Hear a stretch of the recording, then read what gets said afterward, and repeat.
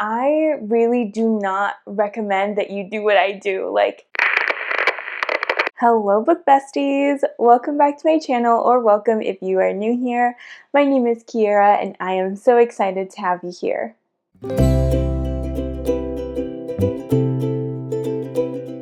Now, I seriously cannot believe that May is basically over. That is crazy. Like, I always feel like this time of year just flies by. Like, you have January, and January lasts like 3 months, and then it's like February, March, April, May, June, July. Like, it just goes by so fast. Regardless, it is the end of the month, so I figured I would do what I think will be my first monthly reading wrap-up. So in today's video, I'm giving you all the books that I read in May, and we'll also take a look at my TBR, and we'll see, did I complete the TBR? We're gonna find out. Now, this month was pretty average for me. It was a little touch and go if I was gonna make it to the average amount of books that I usually read a month. I'm still in the process of learning how to balance a full-time job with this brand new YouTube channel. I do have a book talk as well that will be in the description or somewhere for you guys to go follow me if you're interested. So I've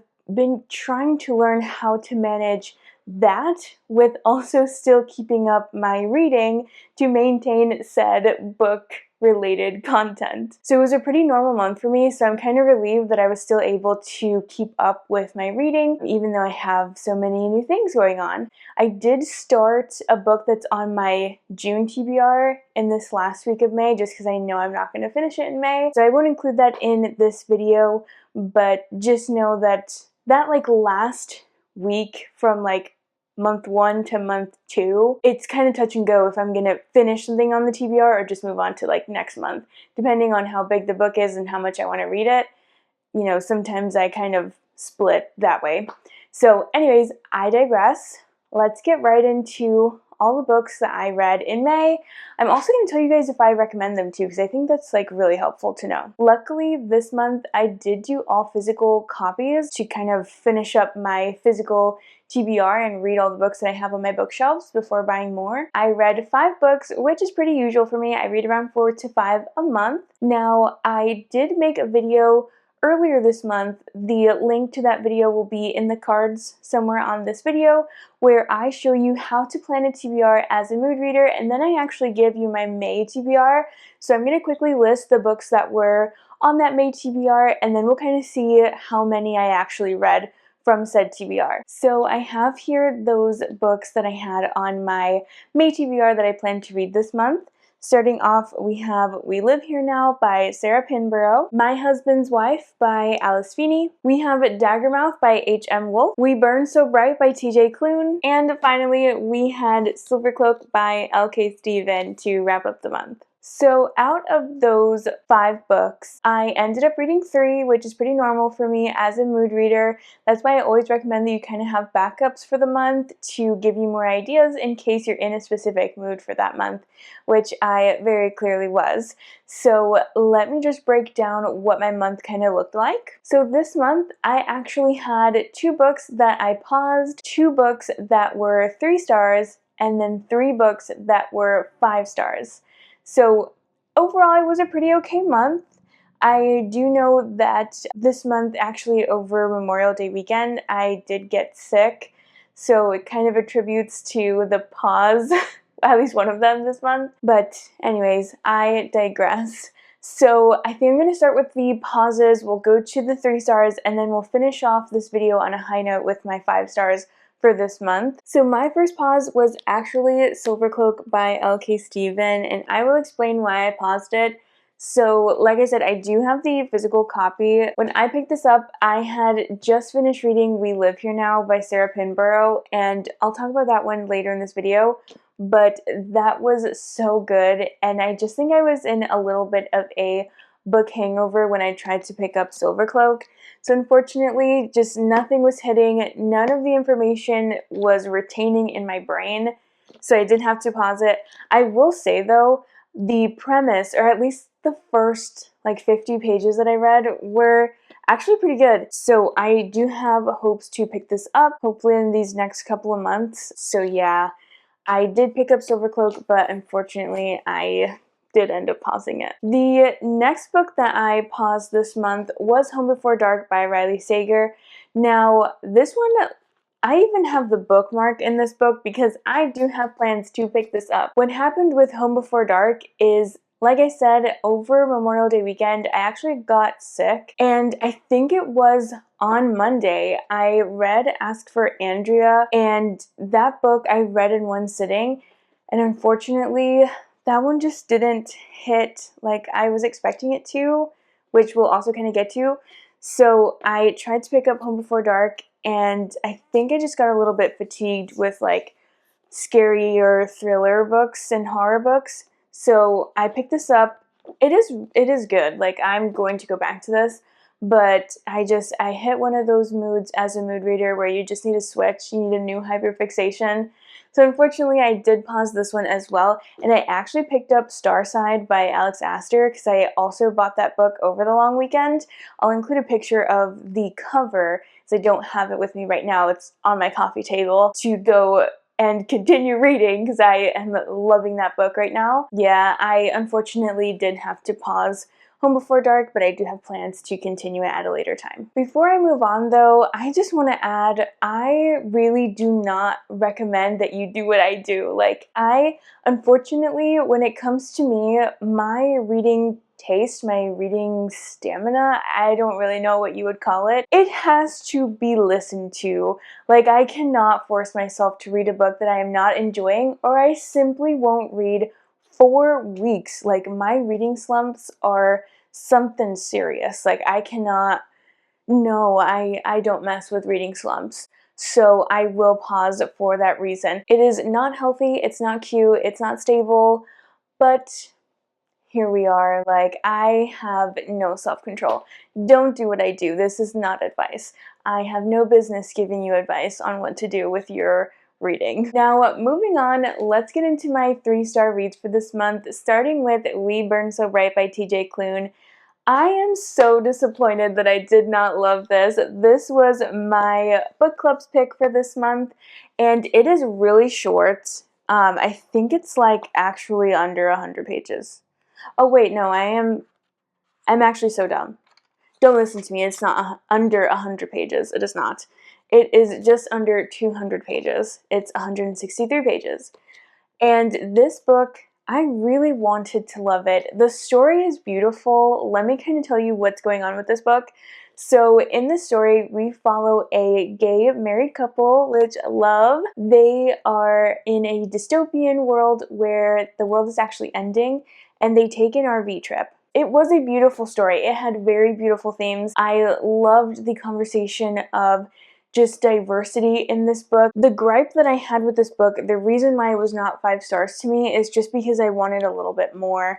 So in the story, I'm not going to spoil anything, but on this RV trip, we're going on this RV trip for a reason. Like, it's not just a random trip, and I can't tell you why because I do think that would spoil something in this book. The whole time that we're on the trip, you are aware of why we are on this trip. And when we get to the actual event, like when we get to where we are going, I don't know, like it just kind of fell flat. And I'm really sorry to say that, but for me, it just, once we got there, it kind of felt rushed because again, this is under 200 pages.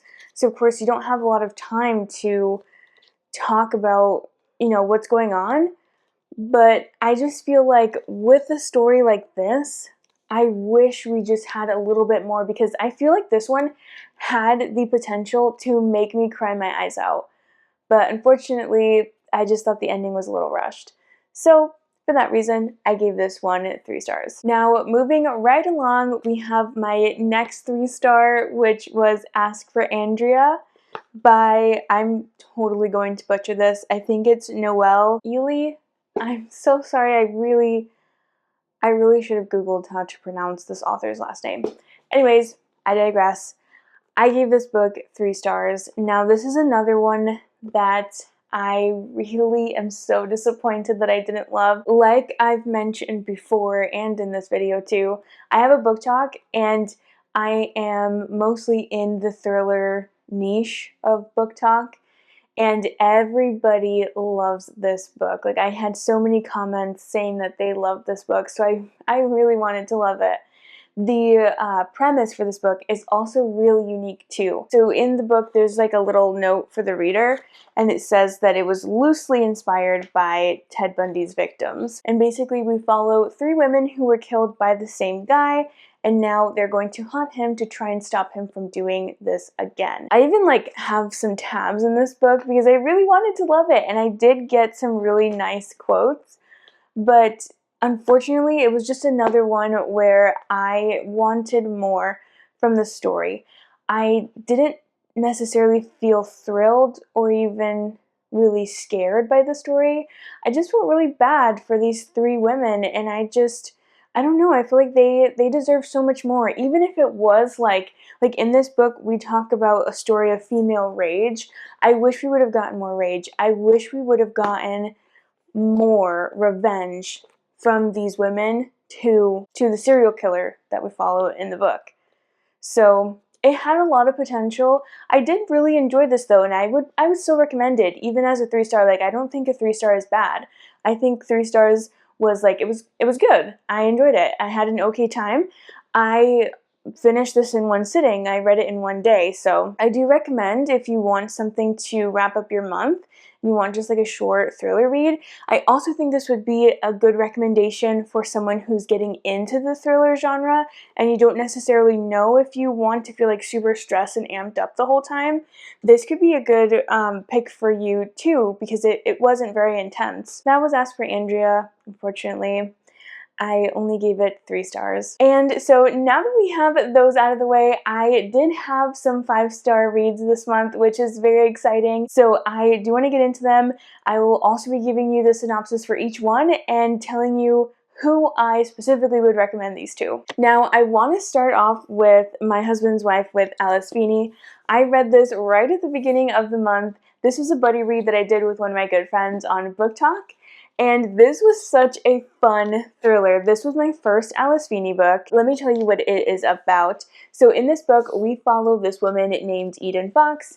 Eden goes for a run, and when she comes home, she finds that her key no longer fits in her front door, and this woman answers her door and claims to be the real Eden Fox. Now, not only that, but her husband comes to the door, and he is playing along, saying that this woman is the actual Eden Fox. And the story kind of derails from there. I don't want to say too much else. I just want to give you one more little nugget of information. In this book, there is an additional storyline about this company that can predict your death. So, very interesting plot line. This book had so many twists and turns, and what I loved about it too is that it did have a lot of funny one-liners. There's this character in this book named Birdie. She is my favorite character, and she said some really funny things in this book. So I really liked it because it's one of those thrillers that doesn't take itself too seriously, and I still really enjoyed this book and read it very quickly. It still had me stressed out though. But I do tend to love that when there's like a character or two that are really funny in a thriller. I think it adds a lot to the book. So this was a 5-star read for me, and I'm definitely excited to pick up more Alice Feeney in the future. Oh, and I almost forgot. I would recommend this to maybe somebody who is reading a lot of Frida McFadden books and they want something else but still kind of feels like a Frida McFadden book. This would be perfect. I would definitely recommend it to beginner thriller readers, as I still think it's pretty easy to follow along with, and the twists are pretty easy to follow too.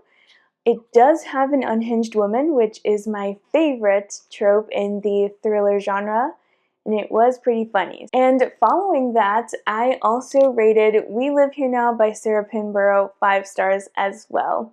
This is a haunted house story where we follow this couple named Emily and Freddie.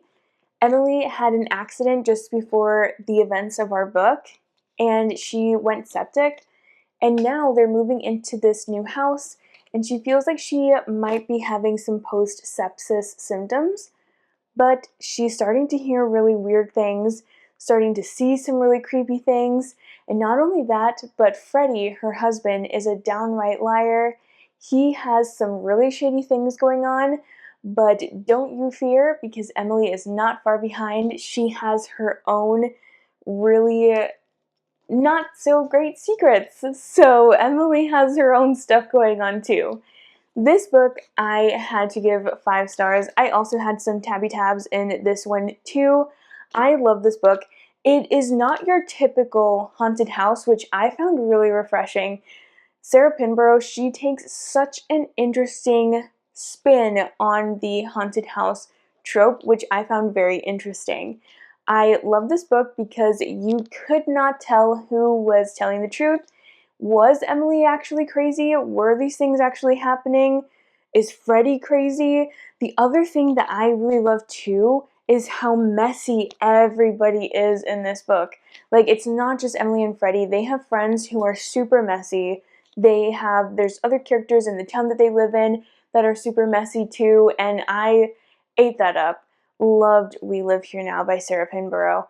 Oh, and the other thing that I really loved about this book too is just how crazy things get. Like, there's this part in the book that they're talking about buzzing bees, and the description and the way that Sarah Pinborough writes, it felt like I could hear the buzzing bees in my head. Like, she just uses a lot of little things to add to the creep and dread of the haunted house story, and I love that. Like, I love a really creepy, intense book, and that was this. 5 stars, absolutely love this book. Okay, and here is my final 5 stars for the month of May. This is Molka by Monika Kim. Now, the reason why I gave this book 5 stars is because of how just crazy it gets. It is a horror, just so you know. We follow our 2 characters in Seoul in South Korea, which is really interesting. The male main character in this book, he is an IT guy. His name is Junyoung, and he has this really disgusting habit of installing illegal cameras to film his coworkers. Now, one day on his cameras, he comes across Daya, who is his coworker, and then he becomes obsessed with her. Now, Daya has her own stuff going on. She has her own plotline for the majority of this book too. In this book, she is just getting into this really sweet budding romance with the son of a millionaire until it turns not so sweet. Something happens to them. Again, I can't say because it will spoil the plot, but just know something happens to them and it's really bad. And she is not just going to sit and take it. She does some crazy things. So you have the storyline of like a creepy stalker. You also have an unhinged woman, which, again, favorite trope ever. I love reading about crazy women. And you have just creepy, scary stuff going on. Now, the reason why I love this book is because it is really short. Like, I also don't remember how many pages this was. It is under 300, I know that for sure. So in a book that's under 300 pages, we had so much going on. Like, this book was just like bam, bam, bam. There was so many things going on. You really had to be paying attention or you would miss something. Like, this book just had so much, and it had so many powerful themes too, wrapped up in such a short little book. So I absolutely love this one. I gave it 5 stars, and I don't know, I think it has potential to be one of my top favorite books of this year. I really think so. I loved Molka by Monika Kim. I love it so much that I actually got another book by her. I had never heard of Monika Kim before reading Molka, because it was one of the Book of the Month picks. That's where I got this from. And I love this book so much that I actually picked up her other book. I think it's called The Eyes Are the Best Part. I will leave the cover somewhere on the screen as well. But yeah, so excited to read more by this author. This was my last 5-star read for the month of May. That will pretty much wrap up today's video. Those are the 5 books that I read this month in the month of May. I really hope that you enjoyed today's video. If you did, leave me a comment. Let me know what were your top books of the month. What did you have on your TBR? How many books did you read this month? And all that kind of fun stuff. Also, if you enjoyed this video, please leave it a like, and I would love it if you would subscribe to my channel. I would love to have you stick around. Alright, besties, I will see you in the next one. Bye!